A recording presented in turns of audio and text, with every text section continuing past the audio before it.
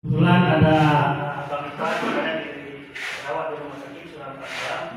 Jadi saya jenguk Abang Ipas, jadi baru sampai. Kami mohon maaf.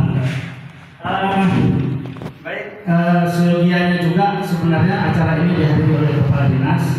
Cuman Kepala Dinas kami juga sedang berada di Bandar karena kemarin ada perjalanan dinas keberangkatan hari Jumat. Jadi hari ini belum pulang, jadi beliau mewakilkan saya untuk menghadiri agenda kita pada hari ini. Bapak Ibu yang kami muliakan,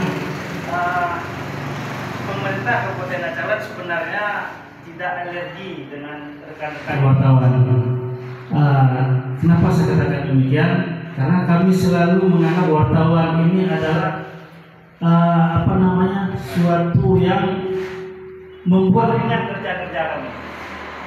Seharusnya kami terus ke lapangan itu setiap hari, pendampingan setiap kegiatan pimpinan, mulai dari bupati, sekda, asisten, sampai ke dinas-dinas, bahkan sampai di kecamatan.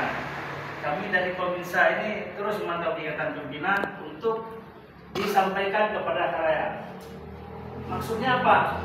Karena masyarakat itu perlu tahu, ini loh kinerja daripada pemerintah Kabupaten Aceh Barat. Ini loh capaian yang sudah dilakukan.